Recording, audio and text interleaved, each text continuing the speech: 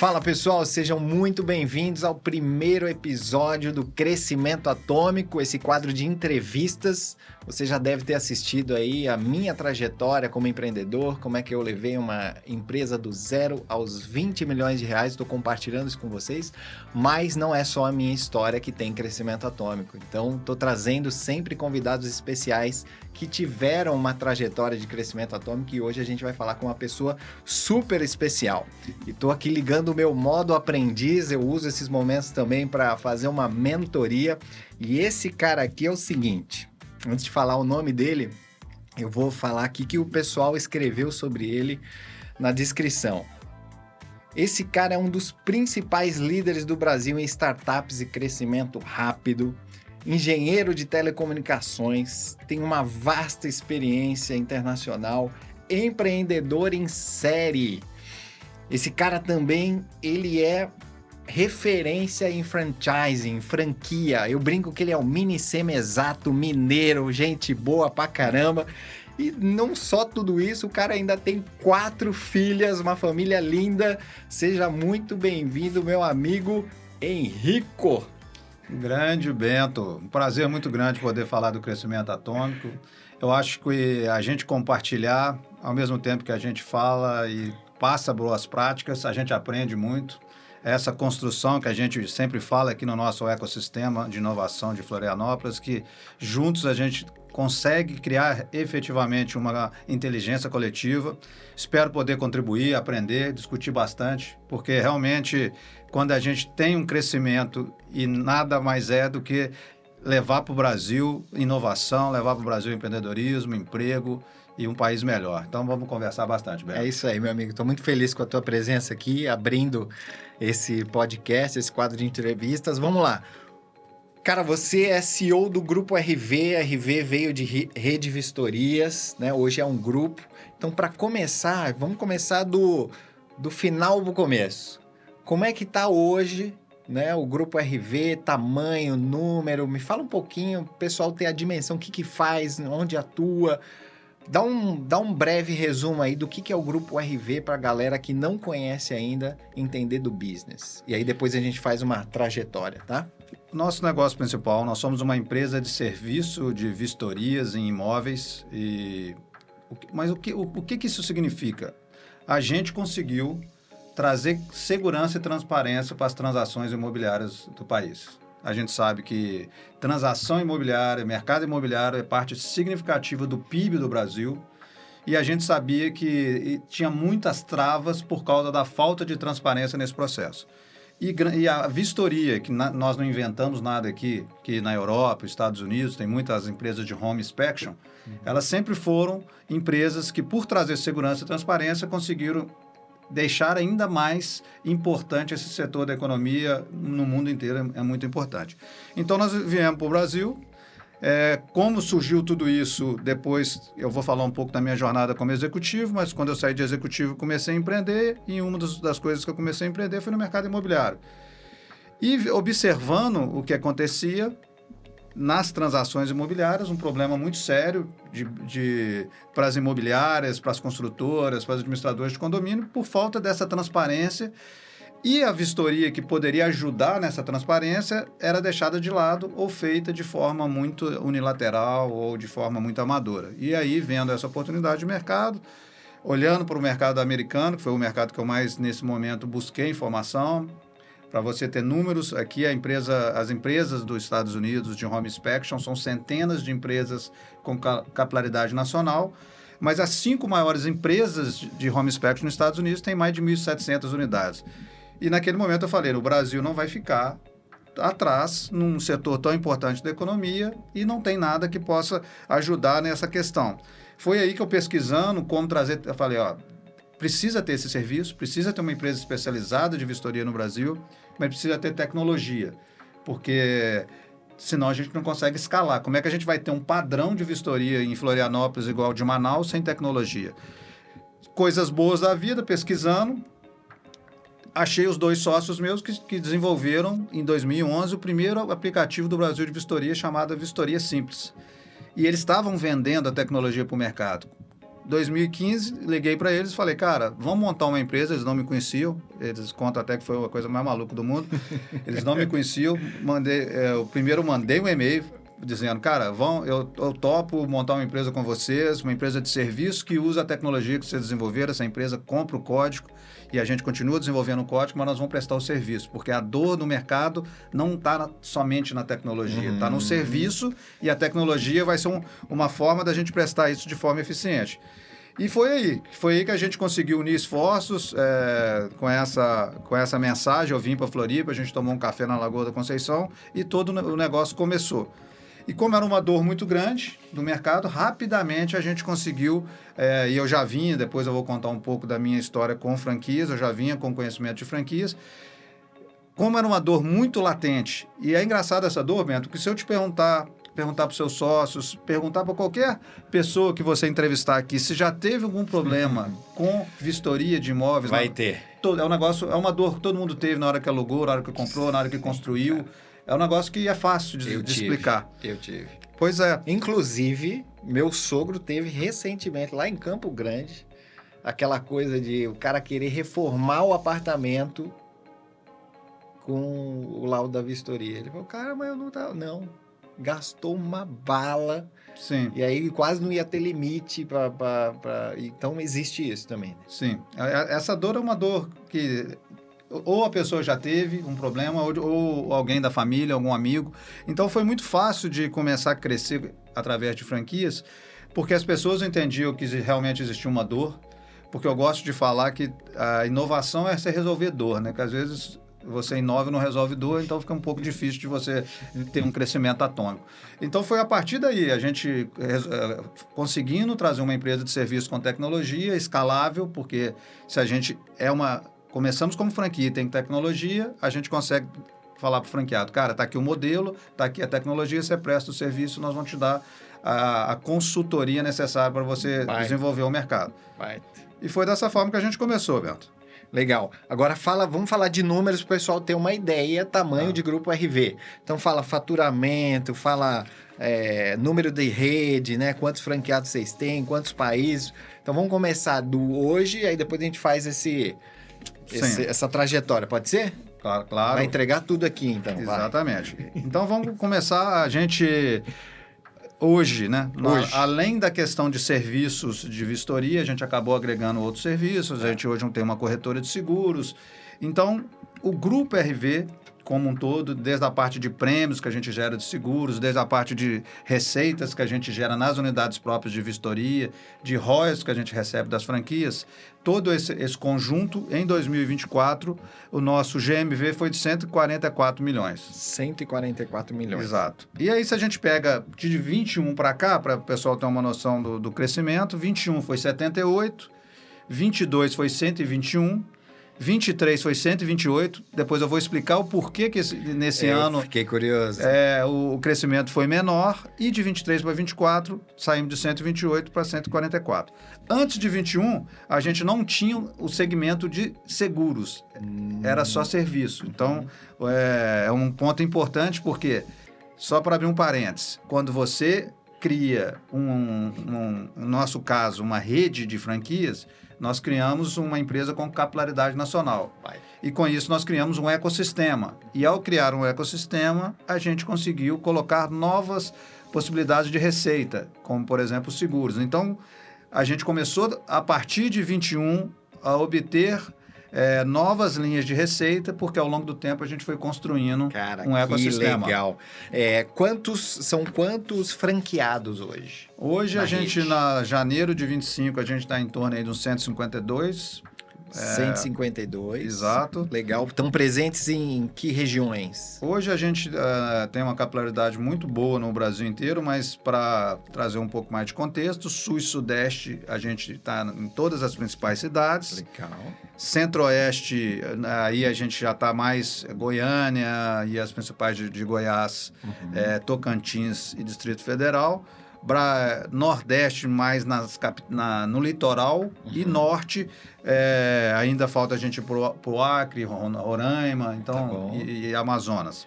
Legal. E vocês já estão fora também do país? Sim, em em 24, ali para junho, julho, a gente começou a nossa expansão internacional através de masters franqueados. Começamos a operação em Portugal com master franqueado. Esse master franqueado já implementou 5 franquias lá em Portugal. Nosso objetivo é ter 31 franquias em Portugal. Portugal, um país aí de 10 milhões de habitantes, um pouco menos. E lá a gente já está com a franquia de Lisboa, de Cascais, Almada, Porto, e tem mais uma outra que é a quinta que a gente está para fechar nos próximos dias aí. Então já tem internacionalização. Exato. Muito legal. Cara, então vocês começaram quando, Henrico? 2017, é isso? 2017. Então, exatamente. de 2017 até 2024, a gente está falando de 144 milhões nesse geral de GMV. Estamos falando de uma rede de 152 franqueados. Estamos falando também de várias regiões no Brasil e já atuação internacional. Ou seja, 7 anos e teve esse crescimento aí. Agora, vamos explorar cada fase desse crescimento. Você começou, eu anotei aqui, você começou falando que você tinha os seus sócios lá, que é? Já era o John e o Paul, não? Desde o início. Desde o início. Exatamente. E aí, eu queria explorar esse comecinho aí. Desde 2011, eles estavam fazendo o SaaS, que era o Vistoria Simples. Exatamente. E aí, em 2015, você mandou um e-mail para eles para sugerir uma nova forma de fazer. E aqui eu vejo que tem uma oportunidade gigante para a gente falar para nossa audiência também, cara, que é essa questão aí de como é que era antes de 2015? Quando é que você começou mesmo com eles? Você mandou e-mail em 2015? 2015. Isso. Então, qual que foi essa mudança de visão e como é que vocês conseguiram tracionar? E se o negócio estava num ritmo de crescimento com Vistoria Simples e depois que você entrou, como é que isso aconteceu? Explora um pouquinho para mim esse início aí, para a gente entender. Eu acho que um ponto importante aqui, quando a gente fala do crescimento atômico, disso tudo que você está se propondo e levando para o mercado de uma forma muito importante para todo empreendedor, o pilar aliança, eu gosto de falar que existe determinadas coisas que são conexões divinas, que você não consegue entender, acontece, e isso depois você fala, cara, como que realmente, né, naquele momento, pessoas que não se conheciam direito se conectaram e fez muito sentido. Estou falando isso por quê? Porque, de um lado, o John e Paul, dois camaradas que formaram na UFSC e dentro da UFSC montaram uma soft house e começaram a empreender. Do outro lado, eu, executivo de multinacional, que comecei a empreender sozinho, numa jornada um pouco solitária no início. E não é só solitária. Você, como executivo de multinacional, por exemplo, você não sabe muita coisa. Minha formação, engenheiro de telecomunicações, trabalhava na área técnica, fui montar uma empresa. Cara, não sabia nada de recursos humanos, não sabia nada... Eu sabia da parte técnica. Para mim, a empresa era aquilo ali. Que é uma bolha, né? É um escopo muito limitado, Exato. Né? Do que o empreendedor precisa aprender, né? Cara, coisa simples. Olha, eu vou te dar um exemplo muito engraçado, cara, dá até para rir, que tem a ver com vistoria, mas não tinha nada a ver com vistoria. Eu saí da Nokia, que foi a última que eu trabalhei, e depois eu virei master franqueado da Microlins em Minas. Mas o primeiro movimento que eu fiz foi montar uma escola da Microlins num bairro na região central de Belo Horizonte, chama Barro Preto. Escola maneira, 4 salas de laboratório de computador, as outras salas dos cursos profissionalizantes. Primeira chuva que deu, estragou todos os computadores. Não tinha laje, era telha e gesso.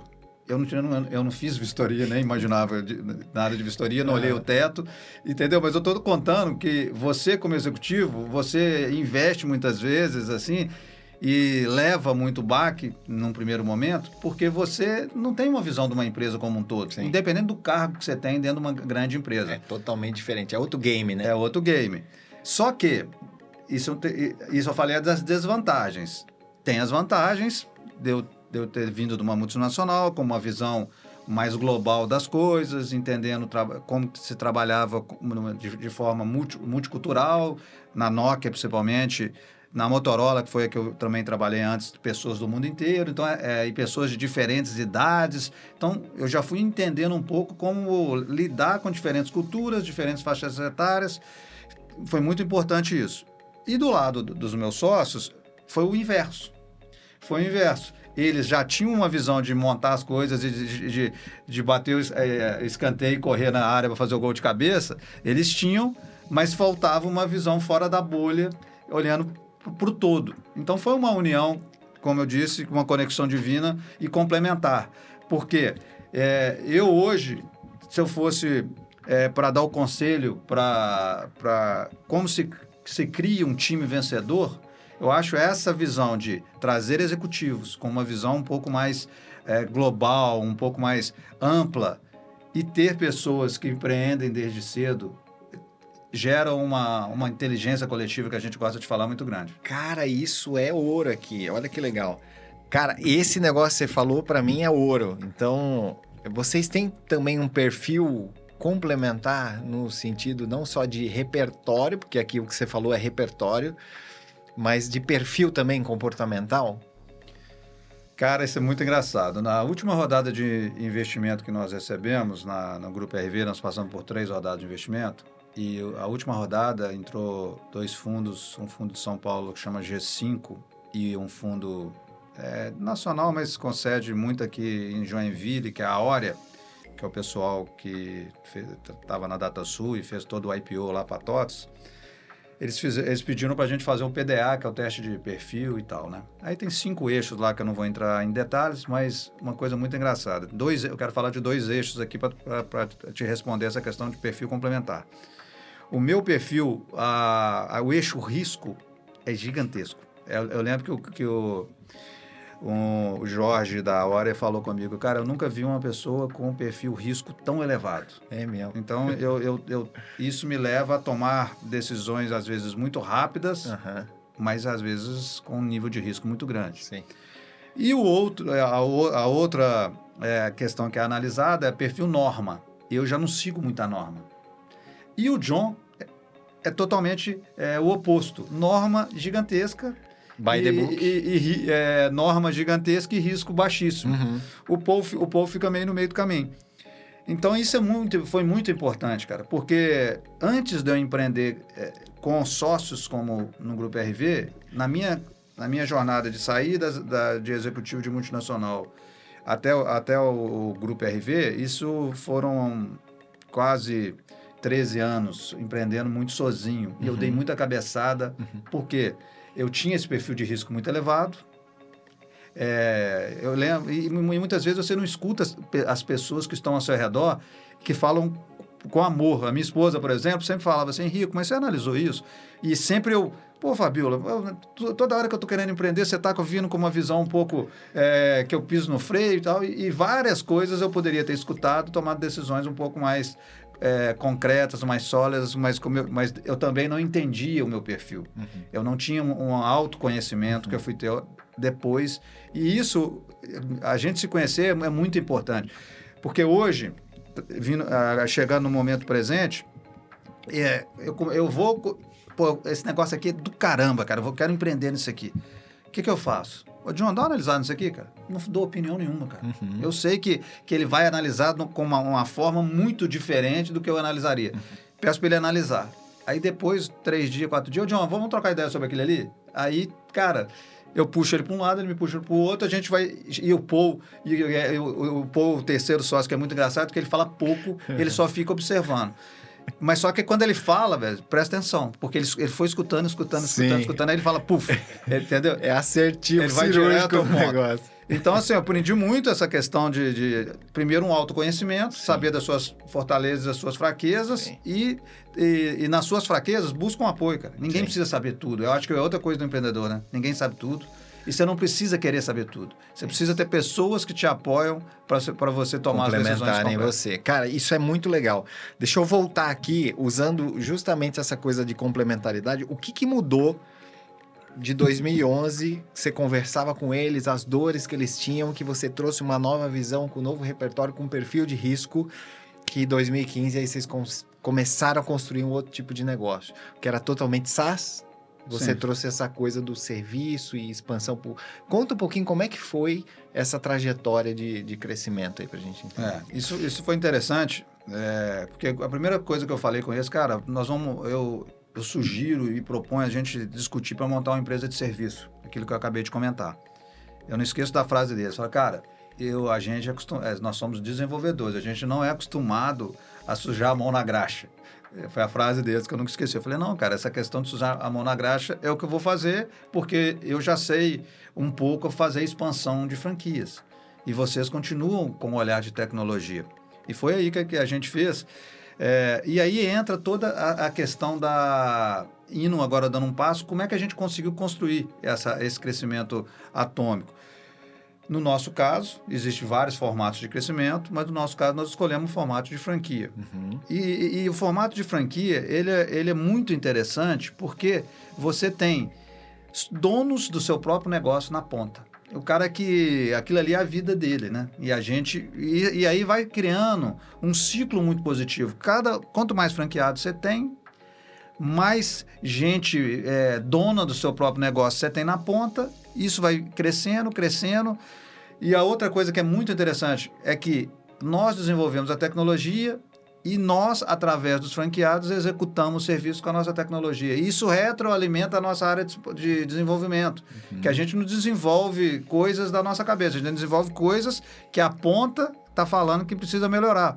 Então, isso também foi gerando... Eu digo que quando você tem uma rede, independente se é rede de franquias, se é rede de representantes, não importa. Se você encara a rede como uma forma de você lapidar o processo constantemente, é um negócio fantástico. Por quê? Erros não podem ser repetidos. Cara, teve um erro na unidade da rede de vistorias, estou chutando aqui de Sorocaba. Cara, vamos pegar esse erro, vamos entender ele, vamos explicar para todo mundo o que aconteceu, porque a unidade de Maceió não pode repetir esse erro, senão nós não somos uma rede. E o inverso, pro lado positivo também. O cara conseguiu fazer um negócio de sucesso, passou no bairro dele, viu uma obra lá finalizando e foi lá e conseguiu vender uma vistoria de entrega de chave para todas as unidades. O que esse cara fez? E vamos replicar? Então, eu acho que o poder de uma rede é muito grande quando você consegue constantemente lapidar. Legal. Cara, deixa eu voltar aqui. Eu quero insistir nessa questão da trajetória. Então, como é que estava o negócio, se você puder falar do John e do Paul, só SaaS, e quando você entrou, que você começou a falar, vamos abraçar serviço, que eu vejo que tem muita gente que, empreendedor de SaaS, demoniza o serviço. E aí, só que você não tem quem entregue o serviço. Exato. Né? E aí, tem gente também que acaba trazendo serviço para dentro da empresa, que não é escalável, com time próprio e tudo mais, né? Então, qual que foi essa diferença do antes e o depois? Porque eu acho que tem uma mudança aqui, tanto de uma aliança, perfis complementares, repertório, visão. Sim. E tem também uma questão de modelo. A gente está falando do pilar construção escalável. Sim. Cara, vamos pegar serviço e vamos expandir através de franquia com novos donos, que são os franqueados. Me fala um pouquinho dessa diferença, cara. O que desbloqueou de crescimento nessa movimentação? Você tem esse histórico ainda? Você lembra disso? Eu acho que no nosso caso específico, a tecnologia não era o que efetivamente ia solucionar a dor do mercado. Tá bom. Por quê? Se a gente quer trazer segurança e transparência, não adianta você dar tecnologia para a imobiliária, não adianta você dar tecnologia para a construtora, tecnologia para administrador do condomínio, porque a questão da imparcialidade não vai estar resolvida. Ela vai prestar um serviço com tecnologia, mas o principal da questão, que é a imparcialidade, não está resolvido. Então, no nosso Tem negócio, um conflito. Tem um conflito. Né? A imobiliária fazer ela mesma a vistoria, cara, ela está olhando mais para o proprietário, ela está olhando mais para o inquilino, como é que é isso? A construtora vai fazer uma vistoria de entrega de chave, será que ela vai apontar os erros dela mesma? Entendeu? Então, assim, o nosso negócio precisava ter uma empresa de serviço para trazer imparcialidade no processo. E, com isso, chegar onde a gente sempre quis, que é trazer segurança e transparência nas transações imobiliárias. Então, a gente prestar o serviço foi a forma que a gente desbloqueou esse problema que estava no mercado, entendeu? Que legal, cara. Então tinha resistência de adoção do, por exemplo, do vistoria simples. Era só de serviço, só de SaaS. Sim, vendia, mas eu acho que o problema não era nem a resistência da imobiliária, é o propósito do negócio, entendeu? Era um negócio meio torto e a sociedade, de forma geral, e os que são os nossos clientes, as pessoas, os proprietários, os inquilinos, os compradores, os vendedores, acabavam sabendo que, cara, tá estranho. Tanto é que, quando se analisa a imobiliária, cara, falando especificamente disso, ela tem muita dificuldade ao longo do tempo de fidelizar cliente. Por que ela teve dificuldade de fidelizar cliente? É porque, em algum momento, o cliente achou que precisava, no processo, ter mais segurança e mais transparência. Então, no nosso caso, prestar o serviço, na minha opinião, foi uma forma da gente desbloquear esse crescimento atômico. Isso que você está falando tem total sentido, porque a forma até de você empacotar a solução, olhando não só para o cliente, o cliente que vai usar o software, mas olhar para o mercado, como é que você agrega valor para todos esses envolvidos, Sim. inclusive o cliente final, que aí tem mais confiança, né? Que acaba, a imobiliária que eu fazia lá era RV, porque Exato. Vocês têm essa questão da marca também, né? Cara, vamos lá, vamos avançar aqui. Quando 2015 você foi, mandou um e-mail, falou da visão de franquia, e aí por que levou de 15 a 17? O que aconteceu nesse meio do caminho aí? De 15 a 17? Em 2015, dezembro, foi quando eu vim em Floripa e a gente teve toda essa conversa, definimos montar a empresa. Em 2016, eu não esqueço, fevereiro de 2016, eu colocando as coisas no carro para mudar para cá, com a esposa, as filhas, aquela questão toda, 3 filhas. E cara... eu lembro que estava minha sogra lá em casa olhando, pensando assim, pô, esse cara é doido, né? Indo para um outro estado, viemos para cá para morar num tempo numa pousada, mas foi um momento de bastante união da família, foi legal pra caramba. Mas, e aí eu fiquei aqui um tempo, já em fevereiro de 2015, 2016, já até o meio do ano, a gente estruturando, a gente abriu o CNPJ mesmo em junho de 2016.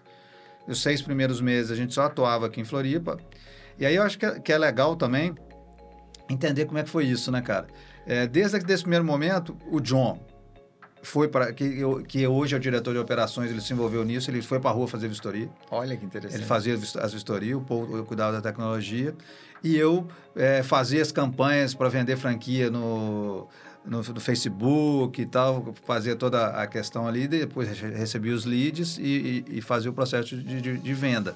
Então, a gente se envolveu já, cada um na sua caixinha ali, desde o início no processo, entendeu? E aí, em 2017, que foi quando a gente começou mesmo a vender as franquias. Logo que a gente colocamos a primeira anúncio de venda de franquia, a gente já vendeu 5 franquias. E aí a roda começou a girar, Legal. Vocês chegaram a fazer alguma coisa de unidade piloto própria? Sim, a de unidade de Floripa era de vocês. Era. E aí vocês fizeram até hoje, modelo. Inclusive. Até hoje. Aí vocês fizeram o modelo e aí replicaram. Legal. Sim. E, cara, me fala assim, vocês captaram também, né? Você falou de alguns fundos. Sim. Em que momento veio a necessidade do capital para a escala? Sim. A gente, por estar aqui nós nascemos aqui dentro da ACAT, Associação Catarinense de Tecnologia, para quem não conhece profundamente, aí um dos principais hubs de inovação do país. Então, como a gente estava inserido aqui dentro, e dentro da ACAT já tinha um fundo de investimento que ficava no mesmo prédio da ACAT, que chamava Bezeplan, hoje chama Invisto. Então, de cara, eles aproximaram da gente, porque a gente estava fazendo um negócio um pouco diferente, né? Era todo mundo que eles investiam, era uma empresa mais SaaS tradicional, nossa, era um negócio um pouco diferente. Eles quiseram entender. E estava um momento também que a liquidez no mercado estava... Não era aquela crista da onda que foi antes da pandemia ali, mas também já estava numa crescente essa questão de venture capital no Brasil. Então, a gente fez essa primeira captação muito pensando em colocar algumas unidades próprias em pontos estratégicos. Que aí a gente colocou a unidade própria de São Paulo, de Belo Horizonte, Rio e Porto Alegre, Curitiba. Rapidamente nós implantamos essas unidades próprias. No sistema de franquia tem um negócio que é interessante, que é o seguinte, fazendo uma analogia aqui, uma imagem, é como você jogar uma pedra na lagoa. Cai a pedra, em volta da pedra vai ficando aquelas circunferências assim, vai expandindo, a pedra que cai na água. É a mesma coisa. Quando você coloca uma operação numa determinada região, a probabilidade de você começar a vender franquia em volta daquela região é muito maior. Entendeu? Entendi. Então, assim, a nossa estratégia foi muito isso, cara. Vão implantar unidades próprias, essas unidades próprias vão dar visibilidade para a gente na região, em volta a gente vende franquia, essa unidade própria apoia o franqueado com treinamento e tal. Legal. Então, a primeira captação foi muito nesse Para investir viés. em rede própria, para dominar alguns pontos importantes que vocês queriam e aí Exatamente. começar a fazer as vendas de franquias na região. Cara, bacana, muito legal. Então, ó, a gente já falou aqui do pilar aliança, sócios. A gente falou da construção escalável. A gente falou do modelo de franquia, da questão de não trazer o serviço para dentro, de ter tecnologia. A gente está falando aqui também de...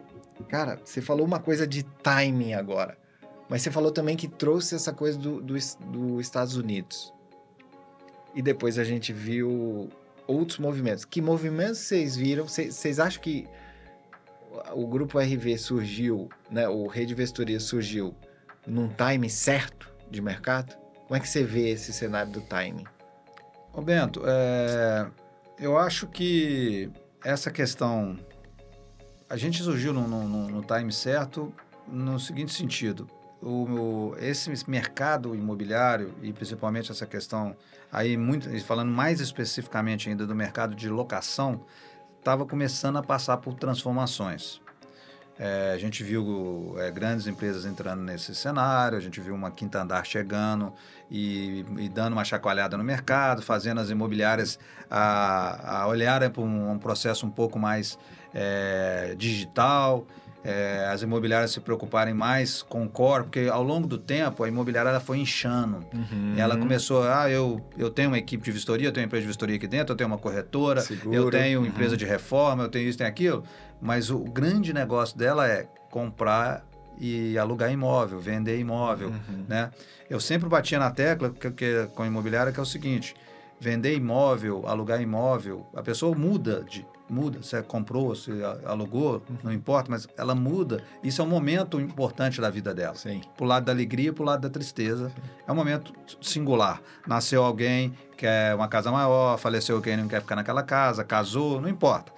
E ao invés de você trabalhar esse sonho e gerar uma experiência singular na vida da pessoa, você começa, por exemplo, a fazer a vistoria. Você já gera um atrito no momento que você deveria gerar uma experiência única e inesquecível para a vida dessa pessoa. E eu acho que algumas empresas chegaram nesse mercado e deram uma chacoalhada em termos assim, cara, é experiência, você tem que oferecer experiência. E aí veio a pandemia. E aí as imobiliárias todas tiveram que ir para casa. Digital. E aí? Como é que eu faço isso? Nunca fiz isso na vida, não sou nem acostumado a fazer reunião online, videoconferência. Então, de uma hora para outra, tiveram que ter uma adaptação gigantesca. Sim. Então, eu acho que foi somado as duas coisas, sabe? Já tinha um movimento no mercado de trazer um formato mais digital e que gera uma experiência mais legal.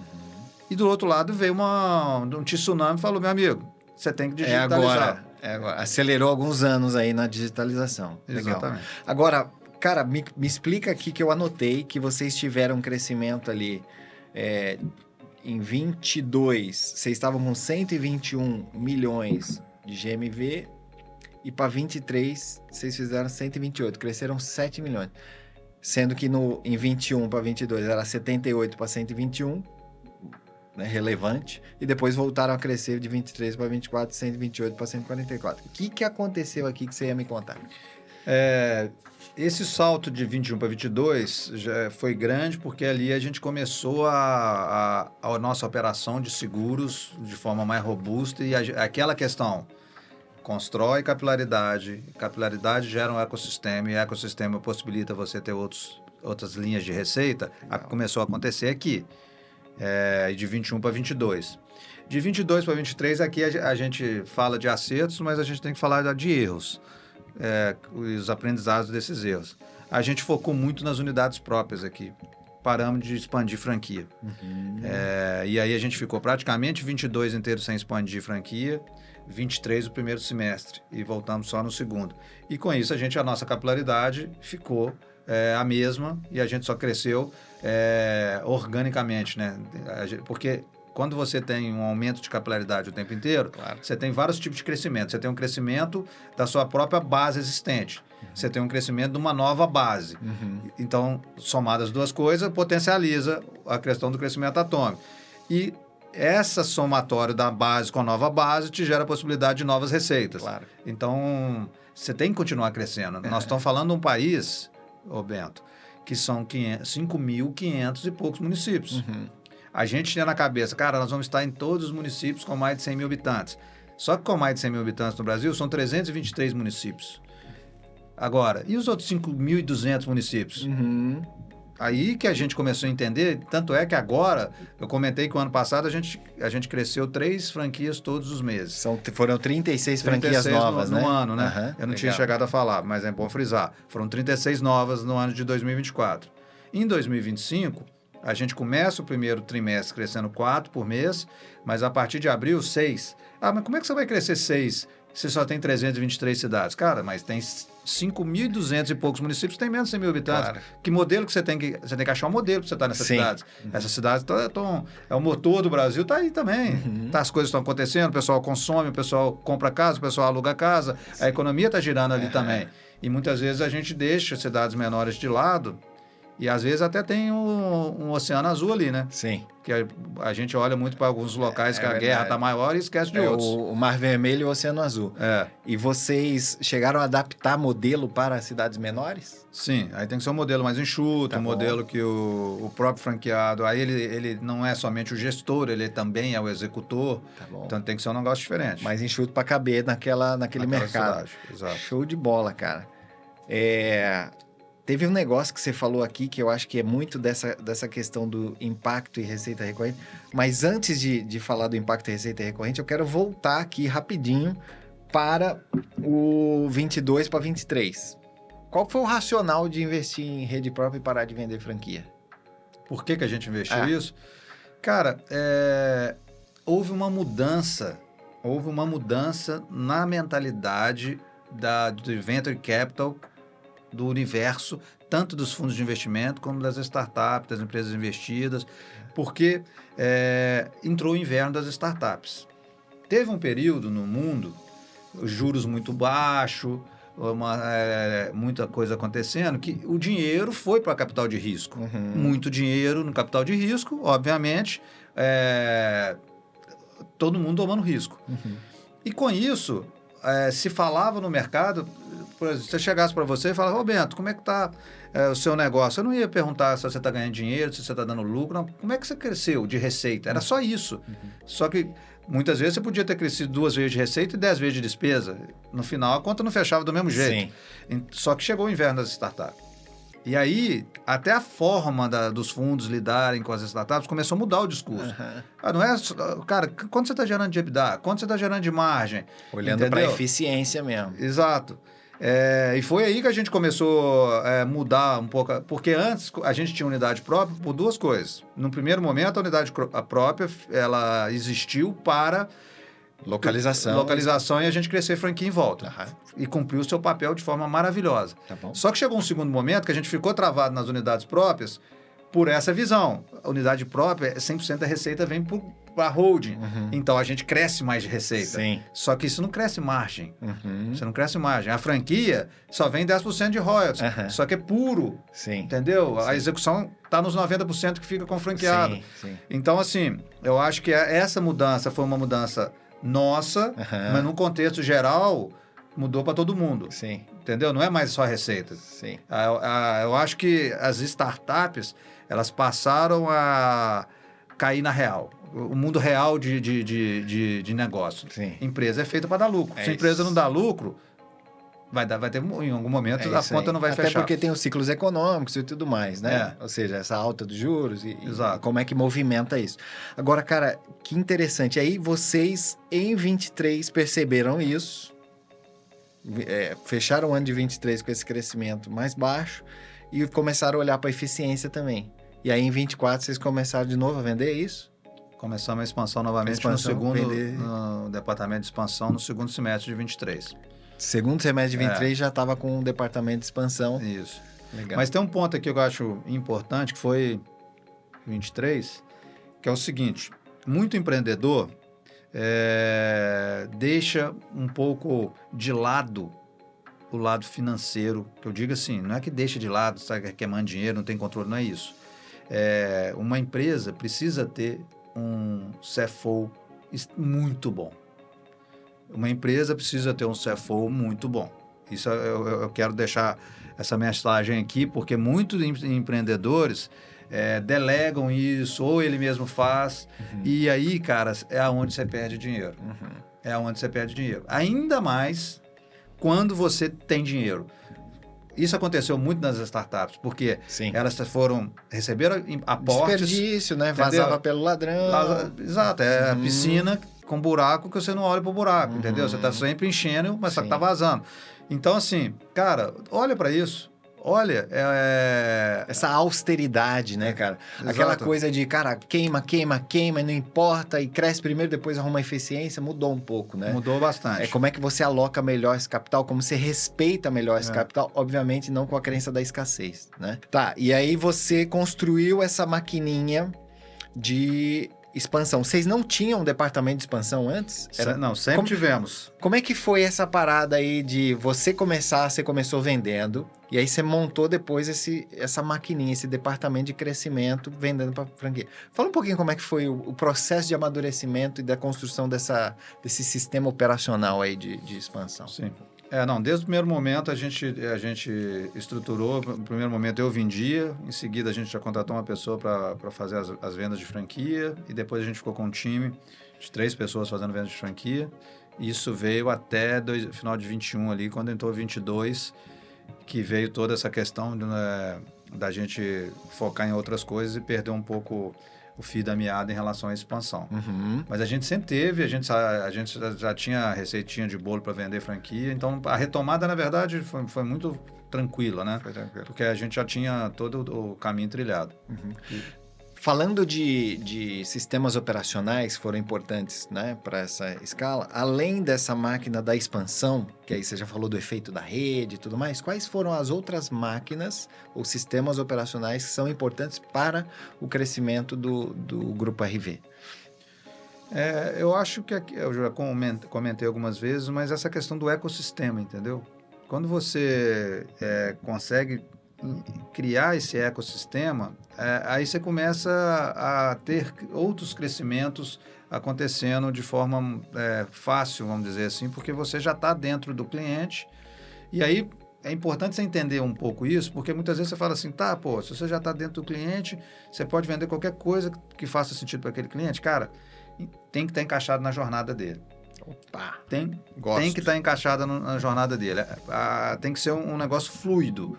Porque se não for fluido, mesmo você tendo ele como cliente, se não tiver na jornada, é um novo esforço. Sim. Então, eu acho que você tem que entender, só dando uma ênfase nisso. Você cria capilaridade, você constrói um ecossistema. Você constrói um ecossistema, você tem possibilidade de gerar novas receitas. Mas essa receita, é importante que ele esteja na jornada para que ela faça sentido e tenha fluidez. Fala um pouquinho do ecossistema para o pessoal entender. Então, vocês começaram com vistoria, e aí, o que vocês foram plugando depois no ecossistema?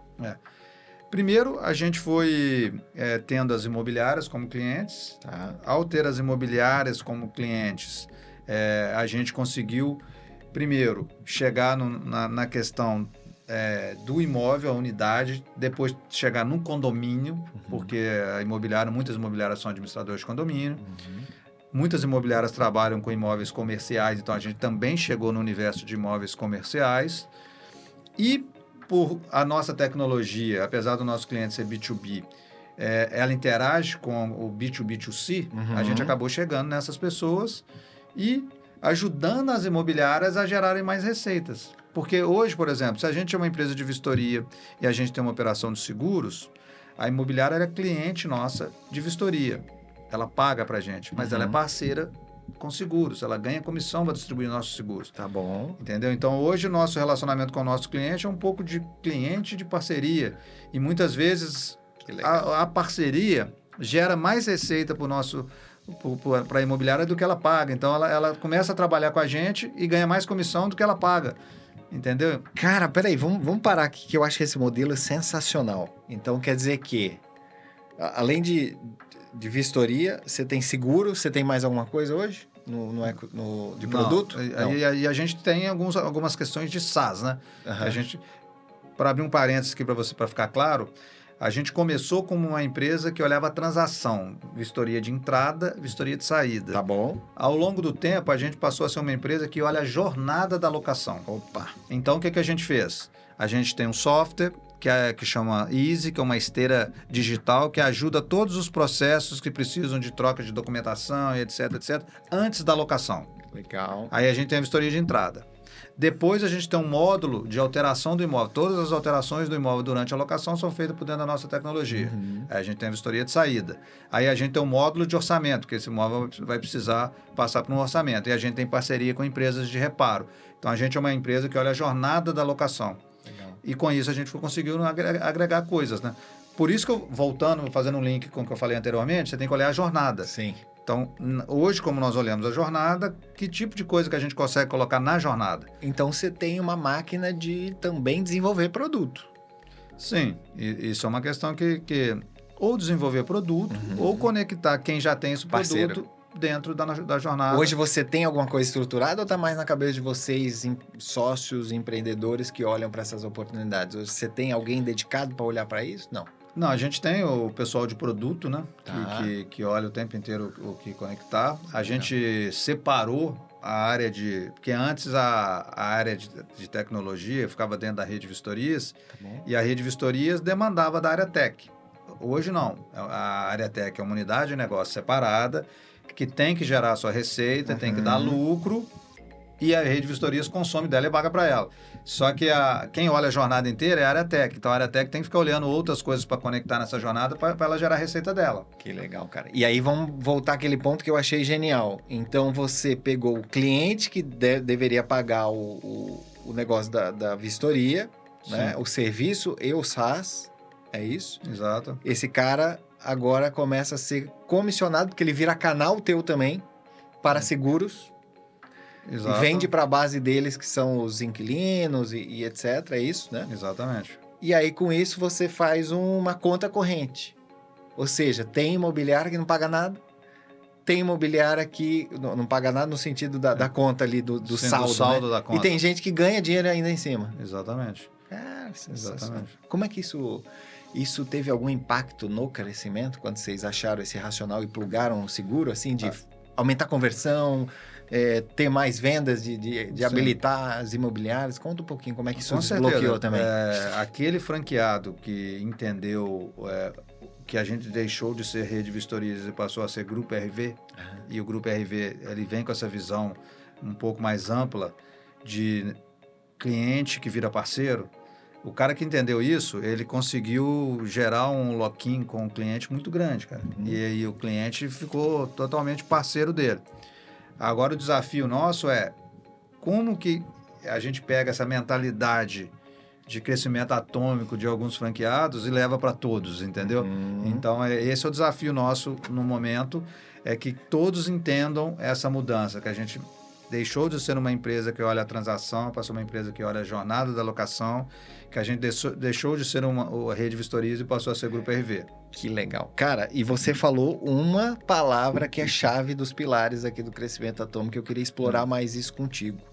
Você falou de mentalidade. Então, a gente já falou de quase todos aqui do Aliança, Time e Velocidade, dos sistemas operacionais, do impacto e receita recorrente, da construção escalável, mas faltou aqui mentalidade. Eu queria explorar também na tua história o que foram as mudanças de mentalidade de vocês, né? Você como empreendedor, dos sócios, da cultura da empresa, do mercado, do cliente. Conta um pouquinho aí, crenças limitantes, o que que mudou? Quais foram essas transformações de mentalidade aí no crescimento? Sim.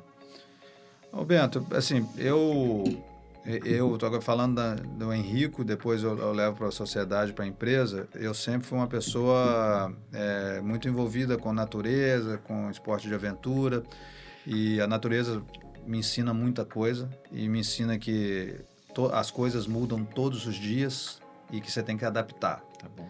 E o ser humano, muitas vezes, ele esquece que ele é parte da natureza e ele tem medo de mudança. Só que se ele é parte da natureza, a mudança, o que é constante é a mudança. Se não tiver mudança, é que está errado. Mas essa falta de conexão com o todo que o ser humano tem, fez ele perder um pouco essa noção que as coisas mudam totalmente. Vai no mar, olha hoje às 8 horas da manhã, vai no mar e olha meio-dia, mudou tudo. Olha uma árvore, olha o vento, olha tudo muda. Né? Essa criação maravilhosa de Deus que é a natureza muda constantemente e a todo momento. Só que o ser humano perdeu essa conexão com a natureza e acha que não é parte dela e por isso tem medo de mudança. E aí que entra a questão que tem muito conexão com o empreendedorismo. Cara, para que ter medo? Para que ter medo? A nossa jornada aqui, ela é rápida. É lógico que depois nós vamos ter outras jornadas aí, mas a jornada é rápida. Expectativa de vida do brasileiro, 82 anos. Cara, você vai esperar para as coisas acontecerem? Né? Vai chegar com seus 80 anos de idade, vai olhar para trás triste? Ou você vai olhar para trás e falar, pô, valeu, a jornada foi legal, deixei um legado. Então, acho que a mentalidade nossa tem que a gente saber lidar com medo. Mas, cara, o medo jamais pode ser uma forma de bloquear o empreendedor de seguir em frente. Cara, e aí olha que interessante, né? Você já vem com esse perfil mais de risco que você falou do PDA. Então, você já veio para agregar na aliança que você fez com os seus sócios. Teve alguma mudança de mentalidade? Você falou do amadurecimento que você teve de olhar, respeitar mais a complementaridade. Você já dá na mão do John lá, que é mais by the book, que é o seu outro sócio. Você mudou sua mentalidade em relação a isso também? Conta um pouquinho sobre isso. Com certeza.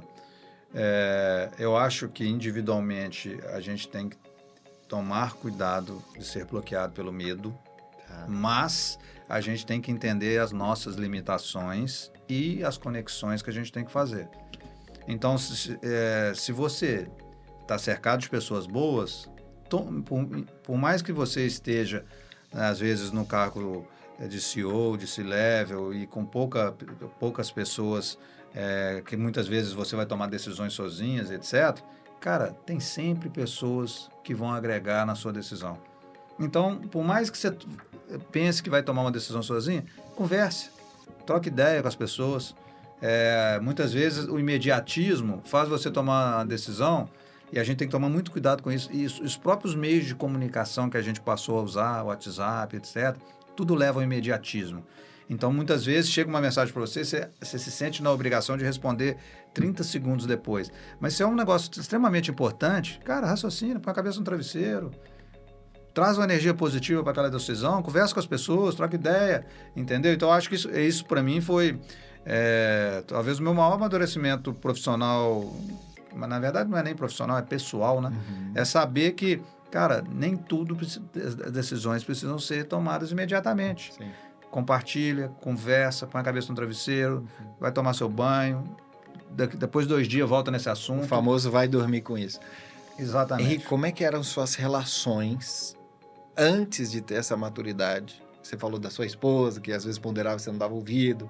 Depois os sócios provavelmente teve já, né? Você já tinha um grau de amadurecimento, mas talvez tenha esse atrito. Como é que foi para você essa questão dos relacionamentos? Melhorou bastante, cara, porque eu acho que quem tem tendência a tomar muito risco acaba sendo uma pessoa impulsiva e uma pessoa que, por consequência de correr risco ser impulsiva, toma decisões precipitadas e depois tem que ficar se arrependendo de coisas que fez que poderia ter feito diferente. Várias coisas, cara. Por exemplo, quantos e-mails que eu respondi sem raciocinar e depois você dá o send, a outra parte leu, você muda uma coisa que poderia ter sido feita diferente, entendeu? Então, eu acho que o meu maior amadurecimento é exatamente tomar as decisões com um pouco mais de cautela, com um pouco mais de equilíbrio emocional, sabendo que todos nós temos momentos que a gente está mais agitado, momentos que a gente está menos agitado. Se você está naquele dia que você está aquele dia que você acordou, você está vendo que o dia está meio turbulento, cara, não toma decisão muito importante nesse dia, não. Deixa para tomar no outro dia. Se é sexta, toma na segunda. Porque é aquela história que eu voltei a dizer, da natureza. Cara, tem dia que você olha para o mar, você não pode entrar no mar. Não pode. Não tem que respeitar, né? Tem que respeitar. Uhum. E nós somos parte da natureza, tem dias que o dia está mais turbulento. A gente entender esse cenário e adiar determinadas coisas por um momento que você vê que o ambiente está mais favorável, é bastante importante. Cara, teve alguma coisa de impulsividade, dessa coisa de tomar risco e tal, que travou o crescimento?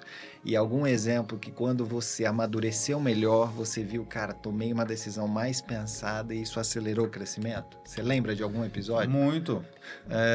Por exemplo, na rede de vistorias, aquilo que eu falei, cara, tem que vender produto que se encaixe na jornada. Isso foi um aprendizado, porque teve um momento que a gente falou assim, cara, nós temos nosso produto, dá para vender para empreiteira, dá para vender para redes de varejo, dá para vender para banco, dá para vender. Aí criamos uma área, uma pessoa responsável por cada um desses clientes. O cliente estava distante pra caramba do negócio imobiliário, uma área caríssima, que nós gastamos dinheiro pra caramba. Mas por quê? Precipitação. Cara, se é um negócio que está um pouco distante, cara, não dá para testar um pouco, não dá para validar, não dá para fazer um pouco com mais pé no chão. Então, assim, isso foi aprendizado. E quando não encaixa na jornada, o esforço é grande. Será que faz sentido? Será que se você pegar um que encaixa na jornada, talvez o ticket desse é menor, mas o esforço é tão menor que pode fazer muito mais sentido. Então, assim, isso foi um aprendizado, cara, porque realmente eu tomei muita decisão precipitada e com isso queimei muito dinheiro. E, cara, na hora que você começou a olhar, então, cara, um time próprio aqui na franqueadora, acessar direto lá não é a solução. Vou usar a minha rede, né? Vou fazer a aproximação, vou fazer na jornada. Isso mudou a questão de tração e de crescimento. Com toda certeza. Cara, com toda certeza. Animal. Teve alguma crença, cara, que você acreditava puramente assim na tua vida, que era isso, era isso, era isso. E nessa jornada, você quebrou essa crença que talvez te limitava? Que você mudou o pensamento? Cara, eu acho que muitas vezes a gente tem alguns receios, né? Por exemplo, vou dar um exemplo. No sistema de franquia, tem os franqueados acabam se unindo e montando a associação de franqueados. Você pode encarar isso como um problema, porque o nível de exigência, de questionamento, de poder de questionar aumenta, porque o cara não tá questionando ele representa um grupo. Ou você pode encarar isso como uma coisa benéfica, né? Então, você ter essa humildade, assim, no primeiro momento, todo franqueador, no primeiro momento, deve pensar assim, cara, agora é uma associação, os caras vão perturbar mais. Ou você pode encarar, não, cara, vamos trazer esse cara como aliado. Quando a gente for fazer alguma coisa, vamos falar para eles e vamos escutar e adaptar e trazer eles para a questão do pertencimento. Isso não foi construído pela franqueadora, não, isso foi a franqueadora, mas a associação dos franqueados discutiram e vão fazer isso. Que legal. Entendeu? Mas é aquela crença. Você pode enxergar o outro lado como um opositor ou você pode enxergar o outro lado como um aliado. Então, mas no primeiro momento teve esse... Ficou mais assustado, sim, mais receoso, mas depois mudou a cabeça ali e... Cara, vamos jogar junto. E assim, a questão cultural, né, cara, é muito interessante, cara. O Brasil é gigante. A forma do gaúcho falar uma coisa, do catarinense, do paranaense, do paulista, do mineiro, do carioca e do nordestino, da galera lá de cima, do centro-oeste, assim vai. A forma de falar a mesma coisa é diferente.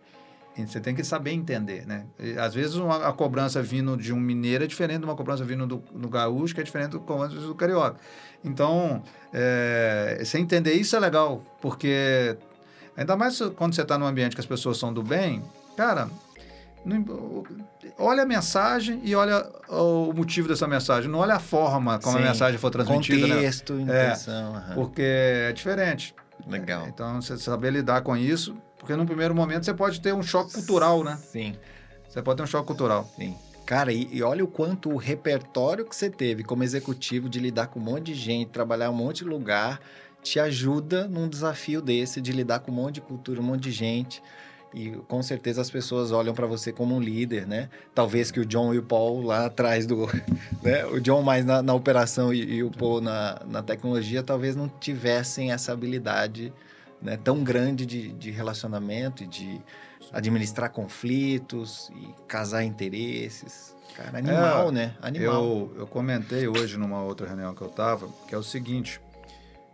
É importante a gente olhar a nossa própria jornada, né? E a nossa própria jornada, a gente vai adquirindo bagagens e muitas vezes algumas bagagens vão ficando ao longo do caminho e você vai fazendo... Só que, cara, revisita, volta lá que tem determinadas bagagens lá, determinadas malas que ficaram lá atrás, que vale a pena você pegar ela de novo e trazer ela para o momento presente. Mas você tem que ter consciência que você tem essa bagagem que ficou lá para trás. Sim. O que eu quero dizer com isso? Por exemplo, essa questão, quando eu era executivo, trabalhava em multinacional, eu adorava essa questão de ir para fora do Brasil. Talvez era o que eu mais gostava, de conectar com outras culturas e não sei o que. Isso me trazia um prazer muito grande. Essa bagagem ficou lá atrás. E agora a Rede Vistorias começou a expandir para fora. Eu falei, caramba, cara, eu preciso revisitar essa bagagem minha lá atrás, entender o que eu aprendi naquele momento. Sim. Que vai me ajudar agora. Vai. Entendeu? É lógico que muita coisa está no nosso subconsciente, mas, cara, vamos trazer para o consciente e tentar lembrar quais foram os aprendizados daquele momento, daquela bagagem que ficou lá atrás. Então, acho que todos nós, início de ano, é um momento propenso para isso, né? Você olhar o que você vai fazer na sua jornada esse ano e o que de bagagem que você tem adquirido ao longo da sua história que está lá atrás que vale a pena você buscar. Cara, repertório, conectar pontos. Às vezes o pessoal acha que inovação é... O cara do nada tem uma visão do além. Na verdade, tá conectando ponto de um monte de bagagem, um monte de repertório. Muito legal, cara. Cara, a gente basicamente falou de todos os pilares. Alianças, time e velocidade, sistemas operacionais, mentalidade, impacto e receita recorrente, construção escalável. Falamos de alguns erros e aprendizados da tua jornada. E, Henrico, a gente poderia ficar aqui, cara. Acho que dá pra gente gravar vários outros materiais, porque tem muita riqueza nessa jornada. Mas eu queria que você agora pensasse aí num aprendizado que você teve, numa dica ou em alguma palavra que você quer transmitir nesse podcast aqui para quem está escutando a gente. Geralmente, nossa audiência são os empreendedores que estão buscando alguma escala. Então, eles têm travas em alguns desses pilares que aqui você explicou, como é que você usou cada um, como é que você desbloqueou o crescimento em várias etapas da jornada, mas o que você quer dizer para essa galera? Cara, o mundo é uma correria gigantesca, mas tem uma frase, acho que até do Sócrates, que fala, cuidado com o vazio de uma vida muito cheia. Cara, e o que eu quero dizer com isso? A correria faz você não dar atenção muitas vezes para as pessoas. Todo mundo que passa no nosso caminho tenta dar atenção, tenta gerar uma conexão com essa pessoa, por menor que seja naquele momento. Dá atenção, cara, dá atenção e um olho no olho transmite coisa boa. Lá na frente, você vai cruzar com essa pessoa novamente e essa pessoa vai, de alguma forma, lembrar desse momento. E ainda mais quando você já conseguiu ter uma jornada que as pessoas olham para você e falam assim, pô, esse cara tem algo a me ensinar. Então, cuidado com o vazio de uma vida muito cheia. Cuidado com o vazio de uma vida muito cheia. Que sensacional, hein? Vamos usar isso, inclusive, para divulgar o episódio aqui. Pessoal, nós terminamos aqui a conversa com o Henrico. Henrico, obrigado demais, cara, por estar aqui com a gente, de abrir o capô aí do grupo, né? Eu sei que sua agenda é super apertada, né? Como um cara que está numa rede gigante aí, com vários afazeres. Mas obrigado demais por essa sua generosidade de compartilhar e ajudar essa galera que está buscando esse crescimento atômico também. Parabéns pela jornada. Valeu, Bento. Eu que agradeço e tenho certeza que o podcast Crescimento Atômico vai ser um sucesso. Bora pra cima! Vamos junto.